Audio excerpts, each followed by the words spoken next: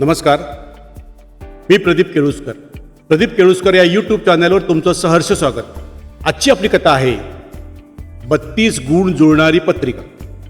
एक सूचना, या कथेतील सर्व पात्र व प्रसंग संपूर्णतः काल्पनिक आहेत. कोणत्याही सत्य घटनेशी तसे जीवित किंवा मृत व्यक्तीशी संदर्भ आढळल्यास तो निव्वळ योगायोग समजावा. तर आता ऐकूया माझी कथा 32 गुण जुळणारी पत्रिका. आज सचिनचा वाढदिवस.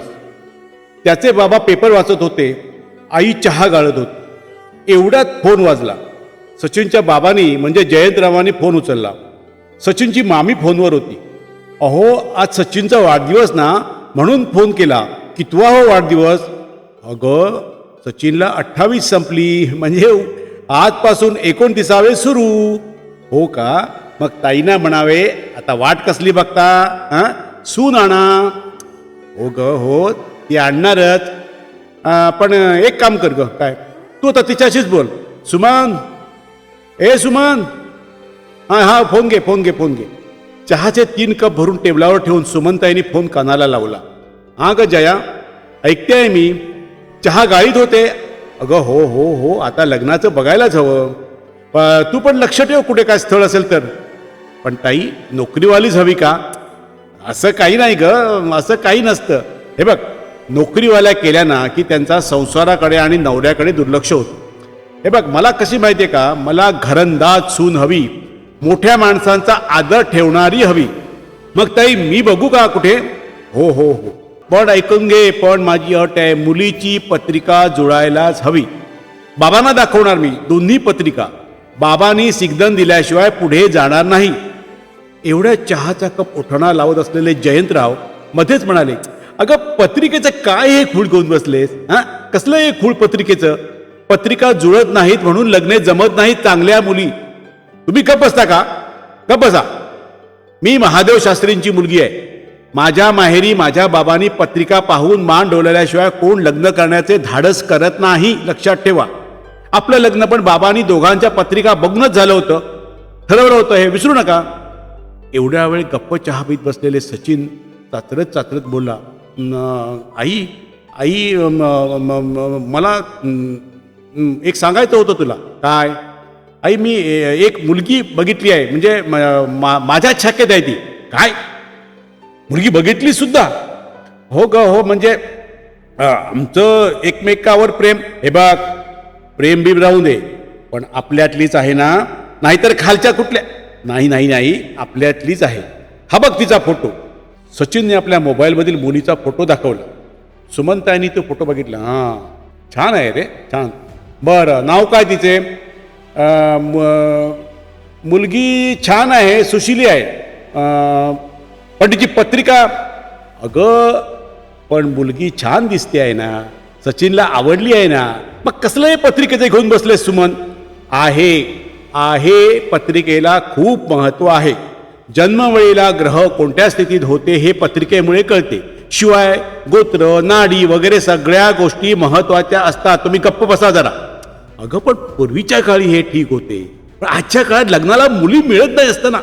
आजकाल मुली खूप शिकतात, त्यांचा पगार असतो 5 आकडी, आणि घरात आई बाबा नसणारा नवरा त्यांना हवा असतो. हे बघ सुमन, आपला सचिन जेमतेम ग्रॅज्युएट झालाय आणि माझ्या ओळखीने म्हणून या सहकारी बँकेत चिकटलाय. ते काही नाही, मी या बाबतीत कोणाचंही काही ऐकणार नाही. लक्षात ठेवा, मी एका ज्योतिषाची मुलगी आहे. लहानपणापासून मी त्या संस्कारात वाढले आहे. माझे बाबा दोन्ही पत्रिका बघतील आणि गुण जुळले तरच पुढे. सचिन, तिची पत्रिका आहे का रे? नाही, म्हणजे मी तिला विचारलंच नाही. बर, ती राहते कुठे? राहते ती राजारामपुरीत, 4थी गल्ली, खांडेकरांच्या बंगल्याच्या बाजूला. ठीक, मी बघते. ती चर्चा तिथेच थांबली. सचिनला माहीत होते आपली आई तिला हवे तसेच करणार आणि बाबा तिच्यापुढे जास्त बोलू शकणार नाही. सचिन तणावात बँकेत गेला. त्याला माहीत होते आपली आई तिच्या मनाप्रमाणे करणार. बाबांचे तिच्यापुढे काही चालत नाही. त्यात आपण राहतो ती जागा पण आईच्याच नावावर, म्हणजे तिच्या वडिलांनी म्हणजे थोर ज्योतिषी महादेव शास्त्री यांची ही जागा घेण्या एवढी ही बाबांची परिस्थिती कधीच नव्हती आणि आपली पण नाही. त्यामुळे आईला विरोध करून चालणार नाही. सचिन बँकेत गेला. त्याची प्रेयसी नीला आधीच आलेली होती. रोज तो आपल्या जागेवर बसताना तिला हात दाखवे आणि मग आपल्या खुर्चीवर बसे. आज त्याने तिला हात दाखवला नाही. त्याने रुमाल बाहेर काढला आणि नीलाकडे न पाहता तो घाम पुशीत खुर्चीवर बसला. नीलाला थोडे आश्चर्य वाटले, पण कधी कधी माणूस आपल्या विचारात असतो असे समजून ती गप्प बसली. सचिनची आई सुमनताई भर दुपारीच बाहेर पडली. शाहूपुरीत ती बसमध्ये बसली आणि राजारामपुरीत उतरली. चालत चालत ती चौथ्या गल्लीत खांडेकरांच्या बंगल्यासमोर पोहोचली. तिच्या शेजारचेच घर नीलाचे असे तिला सचिनने सांगितले होते. तिने घराचा दरवाजा वाजवला तशी एक अंदाजे 50 वर्षाची स्त्री बाहेर आली. हा, तुम्ही नीलाची आई काय? होय होय. आपण कोण? मी सचिनची आई. म्हणजे सचिन आणि तुमची नीला एका शाखेत आहे, तुम्हाला माहिती असेल. होय होय होय. नीला म्हणाली मला सचिन आणि आपण ती दोघे लग्न करण्याचे म्हणत आहेत, हे माहिती आहे का तुम्हाला? हो हो माहिती आहे. म्हणजे आम्ही तुम्ही एकाच याच्यातले? नाही ते आहेत, पण दुसरे महत्वाचे म्हणजे मी प्रसिद्ध जोशीची, कोल्हापुरातले प्रसिद्ध जोशीची महादेव शास्त्री जोशी यांची मुलगी. होय काय? हो. नीलाची पत्रिका असेल ना? हो आहे ना. पण पत्रिका द्या. पत्रिका चांगल्या गुणांनी जुळल्याशिवाय लग्न होणार नाही. हो पण सचिनच्या आई, हो पण त्यांचं प्रेम आहे ना एकमेकावर. अच्छा हो, प्रेम कसलं तात्पुरतं हो, आयुष्य काढायचे असते. ते काय प्रेमाने होतं? त्यासाठी ग्रह नक्षत्र यांची साथ हवीच, त्याशिवाय. नीलाच्या आईने नीलाची पत्रिका आणून दिली. नीलाच्या आई, तुमचा फोन नंबर सांगा. पत्रिका जुळते किंवा नाही हे मी तुम्हाला कळवते. आणि पत्रिका चांगल्या गुणाने जुळत नसेल, लक्षात घ्या, पत्रिका चांगल्या गुणाने जुळत नसेल तर हे लग्न होणार नाही, हे लक्षात ठेवा. सुमनताई बाहेर पडल्या. सुमनताईंनी परत बस पकडली आणि त्या भवानी मंडपात उतरल्या. बाबांना दोन्ही पत्रिका दाखविल्याशिवाय त्यांना चैन पडणार नव्हती. चालत चालत त्या मंगळवार पेठेतील त्यांच्या माहेरी आल्या. दुपारच्या वेळी सर्वजण जेवण करून वामकुक्षी करत होते. तिला पाहता त्यांची वहिनी जया बाहेर आली. अरे वंच, काय हे भर दुपारी झालात? हो ग, तू सकाळी फोनवर म्हणालीस ना सचिनच्या लग्नाचे बघा म्हणून. अरे म्हणजे काय बघायला आजपासूनच सुरुवात केली की काय? अगं सुरुवात कुठली, सच्याने एक मुलगी बघितली सुद्धा. काय म्हणताय? छानच झालं, छानच झालं. आजकाल मुलीच नाही हो मिळत. मुलींच्या आणि त्यापेक्षा त्यांच्या आई वडिलांच्या अपेक्षा खूपच वाढल्यात नाही का? त्यात आता त्यांना सासू सासरे नकोत. बरं बरं, सचिनने हे बरं केलं. पण आपल्यातलीच आहे ना? हो हो आपल्यातलीच आहे ग. पण पत्रिका नको का जुळायला?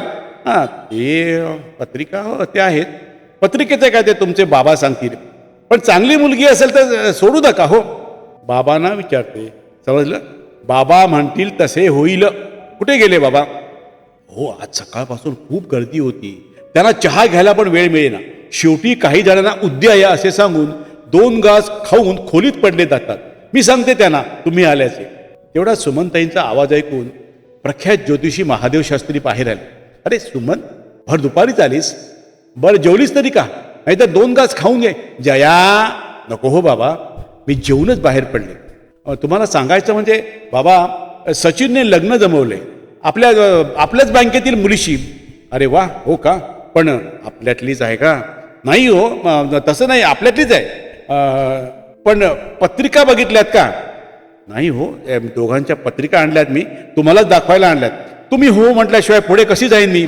बरं बरं, आण त्या पत्रिका. सुमनताईंनी सचिन आणि नीलाची पत्रिका पुढे केली आणि महादेव शास्त्री त्यांचा अभ्यास करू लागले. 10 मिनिटे महादेव शास्त्री पत्रिकांचा अभ्यास करत होते, गणिते मांडत होते. शेवटी त्यांचे समाधान झाल्यावर ते म्हणाले, सुमन, हे सुमन, या पत्रिका जुळत नाहीत, परस्पर विरोधी पत्रिका आहेत. या मुलीच्या पत्रिकेत संतान योग नाही. ही मुलगी गर्विष्ठ आहे. तिथे तिच्या सासू सासऱ्याची कधीही जमणार नाही. ही नवऱ्याला पण सुख देणार नाही. या दोघांचे जेमतेम 15 गुण जमतात. जे बाबा, त्यांचे लग्न होणे योग्य नाही. छे ग, छे छे छे. ही मुलगी ज्या घरात जाईल ना तिथे दुःखच देईल. सबब हे लग्न होणे उचित नाही असे मी महादेव शास्त्री म्हणून सांगतो. पण बाबा, तुमच्या विद्येवर माझा विश्वास आहे तो. मी ठीक आहे, तुम्ही म्हटलं आणि मी नाही म्हटलं असं कधी होईल का? किंवा तुम्ही नाही म्हटलं तर मी हो म्हटलं असं तरी होईल का? मी आजच त्याला नाही म्हणून कळवते. एवढ्यात तिची वहिनी आली. पण वंश, दोघांचं प्रेम आहे ना एकमेकावर? अच्छा काय? कसलं प्रेम द्यायला बघून बसलीस तू? ती त्याच बँकेत आहे, रोज भेट होते म्हणून प्रेम. ही सोडून दुसरी मुलगी मिळाली तर तिच्यावर प्रेम. पण वंश सचिन दुखवला जाईल ना त्यामुळे. अगं थोडं त्याला वाईट वाटेल, पण दुसरी मुलगी मिळाली की तो हिला विसरेल. चल मी जाते. त्यांच्या घरी मला निरोप द्यायलाच हवा. हां, मला आता त्यांना नाही म्हणायला पाहिजे ना. भवानी मंडपात बस पकडून सुमन आपल्या घरी आली. आल्या आल्या नवऱ्याला म्हणाली, ऐकलत का? हो सचिनजी बाबा. हां, बाबा माझे बाबा म्हणालेत या मुलीबरोबर लग्न नको. ही नवऱ्याला आणि नवऱ्याच्या घरच्यांना सुख देणारी नाही. मुळात या मुलीच्या पोटी संतान योगच नाही. अगं सुमन, जग कुठं चाललंय? या ग्रहताऱ्यावर माणूस वस्ती करणार आहे. हां, आणि तू आणि तुझे बाबा अजून ते ग्रह नाडी यातच अडकतात. पण मला हे योग्य वाटत नाही. काहीतरी चुकलं तुमचं. पण माझा यावर विश्वास आहे ना. हां, गप्प बसा. लहानपणापासून बाबांकडे रोज शेकडो लोक येत असतात, हे लक्षात घ्या. अहो तुम्ही हे विज्ञान विज्ञान युग म्हणतात ना, पण ह्या युनिव्हर्सिटीतले बहुतेक प्रोफेसर, इंजिनियर्स, डॉक्टर्स, अहो साधी स्कूटर किंवा गाडी घ्यायची असली ना तरी मुहूर्त विचारतात. कुठल्या रंगाची गाडी घेऊन हे विचारायला येतात. कमाल आहे बाई. शेवटी तू काही माझं ऐकणार नाहीस, पण त्या आपल्या सचिनचा काही विचार, त्याचा काही विचार नको. 2 दिवस गप्प राहील तोपर्यंत मी त्याच्यासाठी दुसरी मुलगी पत्रिका जोडणारी आणते की नाही बघा. बाबांनाच सांगते, तुमच्याकडे अनेक मुलीचे बाप पत्रिका दाखवायला येतात, त्या तिथील एका आपल्या जातीतील मात्र मुलगी पहा. जयंतराव गप्प. त्यांना आपल्या मुलाची काळजी वाटू नये. सुमनताईंनी नीलाच्या घरी फोन करून सचिन नीलाच्या पत्रिका जमत नाही त्यामुळे हे लग्न होणार नाही, तसेच मी सचिनसाठी दुसरी मुलगी पाहत असल्याचे कळविले. संध्याकाळी सचिन घरी आला. त्याला चहा दिल्यावर त्याची आई म्हणाली, सचिन मी आज नीलाच्या घरी जाऊन तिची पत्रिका घेतली.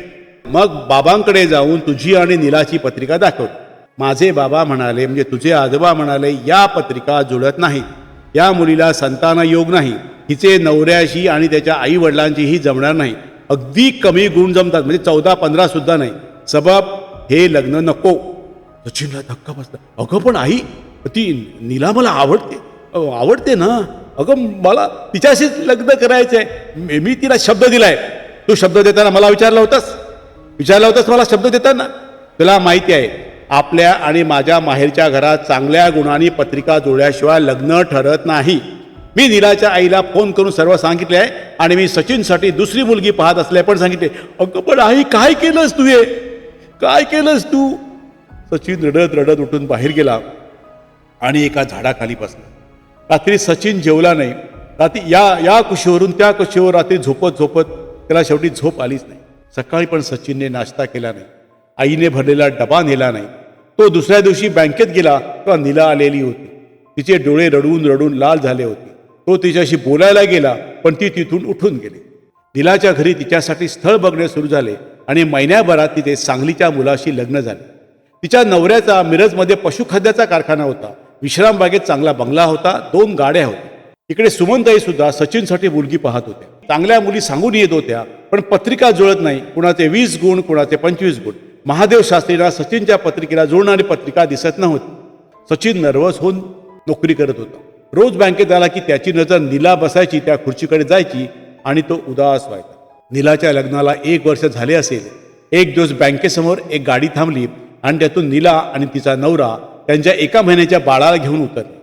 नीलाने सर्व स्टाफला आपला मुलगा दाखवला आणि पेढे वाटले. सचिन आणखी खट्टू झाला. नीलाला 1 वर्षात मुलगा झाल्याच्या आईला सांगायचे असे त्याने ठरवले. तो घरी आला. आईला नीलाचे सांगणार तोच आईच म्हणाले, सचिन अरे तुझ्यासाठी बाबांनी मुलगी पाठवली. तिचे आई वडील ना मुलीच्या लग्नाबद्दल विचारायला आले होते बाबांना. बाबांनी तिची पत्रिका बघितली. त्यांना तुझी पत्रिका आठवली. अरे 32 गुण जमणारी पत्रिका आहे तुझी दोघांची. बाबा खुश झाले. त्या मुलीच्या आई बाबांना सांगून तुझे लग्न तिच्याशी ठरवून पण टाकले. अगं आई, पण काय हे 32 गुण ठरवून? पण मी तिला बघितलं सुद्धा नाही. अरे हा फोटो बघ. हां बघ तरी ना, त्या नीलापेक्षा किती सुंदर आहे ती बघ. सचिनने आईने पुढे केलेला फोटो पाहिला. खरोखरच मुलगी कमालीची सुंदर होती. बाबांनी दोघांच्या पत्रिका जुळवून पाहिल्या. बाबा मला म्हणाले, सुमन होते ते चांगल्यासाठीच. या मुलीने सचिनसाठीच जन्म घेतला होता. दोघे एकमेकाला अनुरूप आहेत. या मुलीला 2 मुलगे होतील हे पण बाबांनी सांगून टाकले. शिवाय लग्न ती मंडळी लावून देणार आहेत दागिने घालून. अगं पण आई, बाबांना तिला आपल्या सांगितलंच काय हो? तर आपण उद्या त्यांच्याकडे जायचं आहे, समजलं का? तेव्हा उद्या त्यांच्याकडे जायचं. उद्याची रजा घे, तुझ्या कोणाच्या मित्राची गाडी बघ उद्यासाठी, चांगले कपडे घाल आणि चांगले कपडे नसतील तर रेडीमेड विकत घे. अरे एवढ्या देखण्या मुलीला तू शोभला पाहिजेस ना. होय आई होय. सचिन उद्याच्या तयारीला लागला. नाहीतरी दिला लग्न करून गेलीच होती. आता ही मुलगी सुंदर आहे हे निर्विवाद, पण ही मंडळी आपल्यासारख्या सर्वसामान्य मुलाला आपली मुलगी का देत आहेत हेच त्याला कळेल. रात्री सुमनताईंनी त्या मुलीच्या वडिलांना फोन करून आम्ही सकाळी 10 पर्यंत येतो आहोत असा निरोप दिला. त्या रात्री सुमनताई समाधानाने झोपल्या. आपल्या मुलाला त्याच्या प्रेमिकेपासून आपण लांब केले याची त्यांना नाही म्हटले तरी रुखरुख होतीच, पण शेवटी आपल्या मनासारखी आणि ती सुद्धा 32 गुण जमणारी पत्रिका ही मिळाली. बाबा म्हणाले तेच खरे, या मुलीने सचिनसाठीच जन्म घेतला होता. शेवटी लग्नाच्या गाठी ह्या स्वर्गात जमवतात हे खरेच. सुमनताई लवकर उठल्या. त्यांनी आंघोळ देवपूजा आटोपली आणि सचिनला आणि आपल्या नवऱ्याला उठवले. सचिन उठून बाथरूममध्ये गेला. सुमनताईंचा नवरा बाहेर फुले काढायला गेला. इतक्यात फोनची बेल वाजली. सुमनताईंनी रिसिव्हर कानाला लावला. पलीकडे कोणती रडत होते. कोण आहे त्यांना कळेना. कोण रडतंय? काय झालंय? मी बोलतोय हो, मी बोलतोय. तुम्ही आज येणार होता बघायला त्या मुलीचा बाप. तुम्ही प्लीज आज येऊ नका हो. हा काय झालंय? आणि तुम्ही रडताय का? काय सांगू सुमनताई, माझी मुलगी ना कोपऱ्यावरच्या आमच्या रिक्षावाल्याबरोबर पळून गेली हो. काय? मुलगी पळून गेली रिक्षावाल्याबरोबर? असं कसं शक्य आहे? माझे बाबा महादेव शास्त्री त्यांनी सांगितलं की दोघांचा जन्म एकमेकासाठी. छे शक्यच नाही हो. कसं होईल हे? असं कसं झालं? रडवल्या हो सुमनताई, ओरडल्या. आता जाऊन त्यांनी वाडीला लग्न केले, फोटो पाठवले लग्नाचे. आम्हाला फसवलं हो माझ्या काळजीनं. तुम्ही आज येऊ नका हो, प्लीज येऊ नका हो.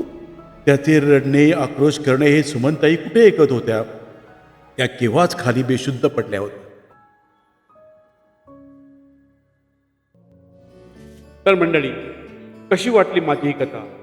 माझे प्रदीप केळुसकर हे यूट्यूब चॅनल सबस्क्राईब करा, बेल आयकॉन दाबा आणि तुमच्या मित्रमंडळीमध्ये शेअर करा आणि आपल्या खालच्या कमेंट बॉक्समध्ये तुमच्या कमेंट्स अवश्य लिहा.